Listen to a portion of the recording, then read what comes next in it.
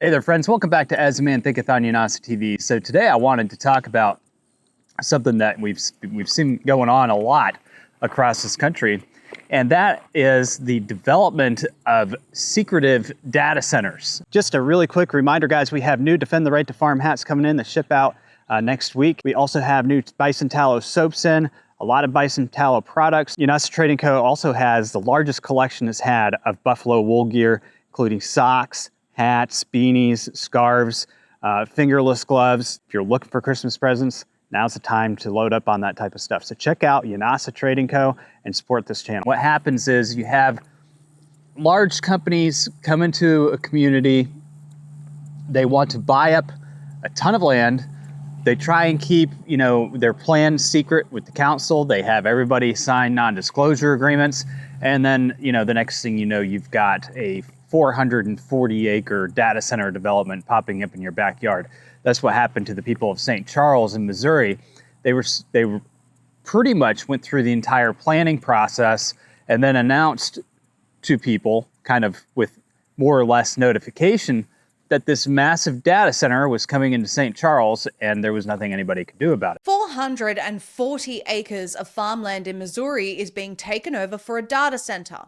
Residents are outraged and had no idea because the government kept the whole thing a secret with non-disclosure agreements. I'm in St. Charles, Missouri, where a massive data center project is being proposed on a 440-acre piece of farmland. Residents are outraged about what this could mean for their water, their electricity rates, and the biggest thing is it's been kept a secret because of a non-disclosure agreement. These are residents who live within just a few feet. Some of them who live right on the edge here got this letter from the city letting them know that a data center could be built right across the street. We're over 500 feet away from the nearest residence. Everybody always wants larger buffers, but it's a significant buffer at this time. Do you think a data center here could make the water quality issues worse? Oh, God. You think you should be able to vote on this? Oh, yes. But can you vote on it? No. No. Except our councilman. And what are you hearing from them? Not much. No. There's an NDA in place. Okay, so it's hush hush. Which one of you lives the closest to the proposed site? We do. Ours is one with the blue truck is at. Wow, so you are the closest. Did you have any idea that this was coming? No. 2 weeks ago. So I found the memo on my front porch. So I've never been involved in a large project that anyone doesn't feel is rushed in some form or fashion, right? Change is hard.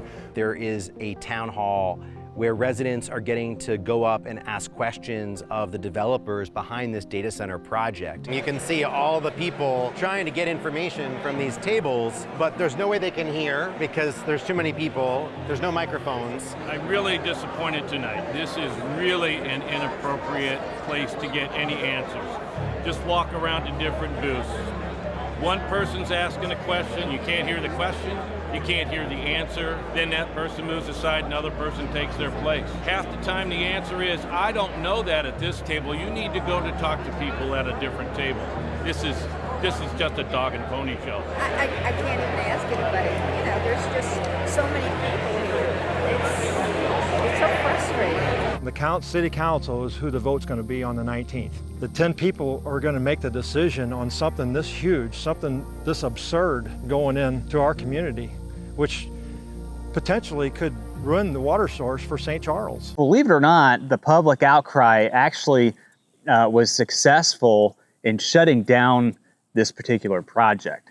But because, these data centers are so, they're so aggressive on resources, and people have been opposed to them. A lot of people are opposed to artificial intelligence and this massive movement that we're in right now, because it will change the face of humanity.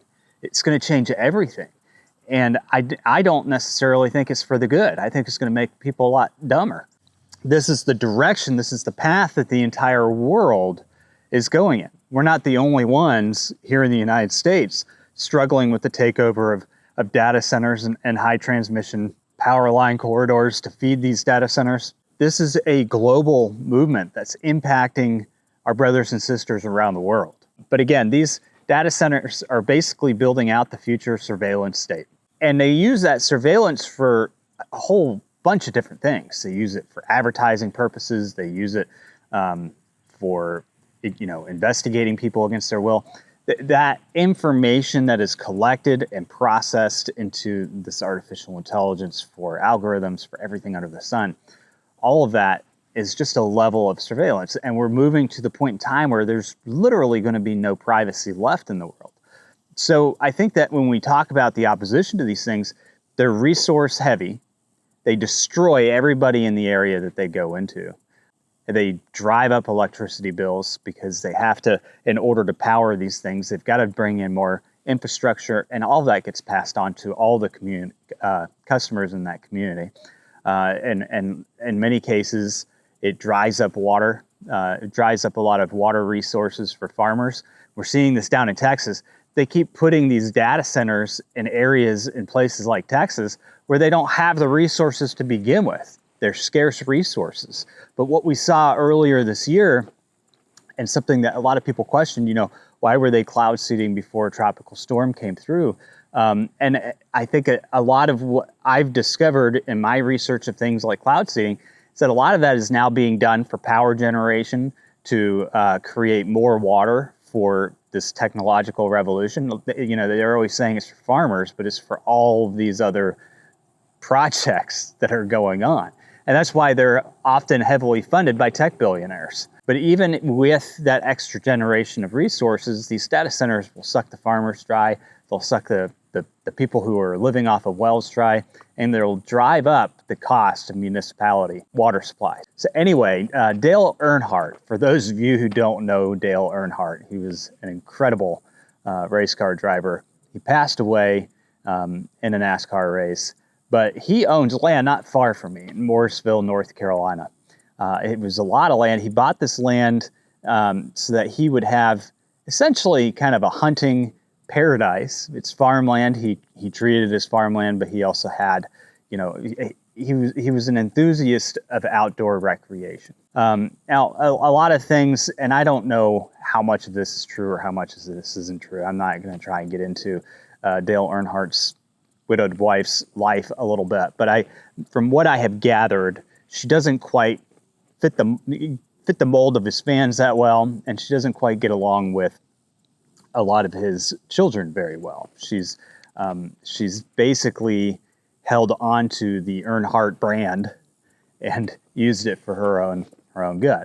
But she had put this land up for sale and was working with a data center company called Tract out of Colorado to put a $30 billion data center in Mooresville, North Carolina.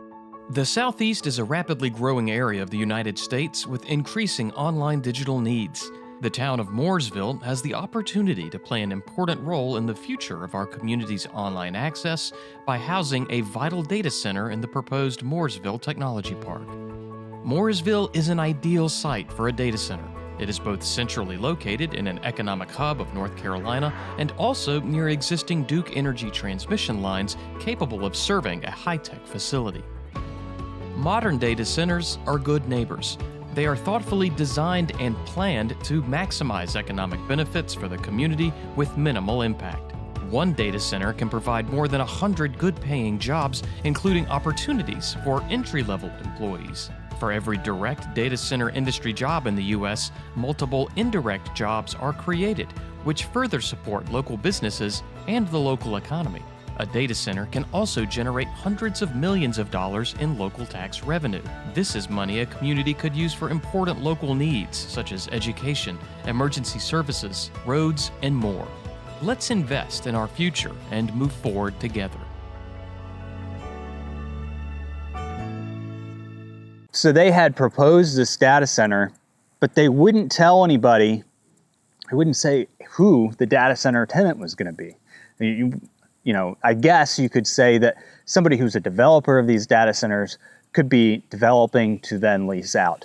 And you see that with a lot of commercial real estate in general. You see a mall go up, they don't necessarily have all the tenants. They usually have the anchor tenants lined up for a project that size. Mall's not $30 billion either. Strip malls, Again, they usually at least have an anchor tenant or two lined up before they start building it, but the small strip malls, they can go up without any tenants, flex building spaces, warehouses. A lot of these projects are built understanding the market and saying this is where somebody wants to go. And Mooresville is pretty central in North Carolina, so and it has access to a lot of highways. So it does make sense that you would want to put something in that area if you were a developer. But my guess is that if you're building a $30 billion facility, even to get the loans, you have to have had some sort of tenant for the space. But they wouldn't disclose who the tenant was, even to the town's board members, the council members that were supposed to be approving this project. And so, and this is similar, you get into this secrecy thing that we saw in St. Charles, Missouri, where they don't tell anybody about it. They try and go through the planning process. They try and get as far as they can before people start finding out about it and throwing a fit. Luckily, Mooresville is still hearing the voices of its residents. And I think that it sat wrong with a lot of people on the city council that they weren't being told who is going to be occupying, who is going to be their new neighbor in this data center. The resources, I do think, would have impacted people who live in the area. The power resources, the water resources, there are so many things that are impacted by these data centers. And so ultimately, between the public outcry, like what we saw in St. Charles, Missouri, the secrecy, which we've seen in almost every data center development project, just an extreme amount of secrecy over who's going to go in there, what's it for. Between all of those things, they actually shot down the Earnhardt Land's $30 billion project. I think Dale Earnhardt would have been rolling over in his grave. I think he would have been shamed by what was going on. I feel like it's the same story wherever these data centers pop up. Wherever they pop up, it's just layers and layers and layers of secrecy. Don't let the people know what's going on there. And again, they always end up trying to put these things in what they consider sacrifice zones. And that should tell you something if you hear about one of these projects coming in near you, what they think of you.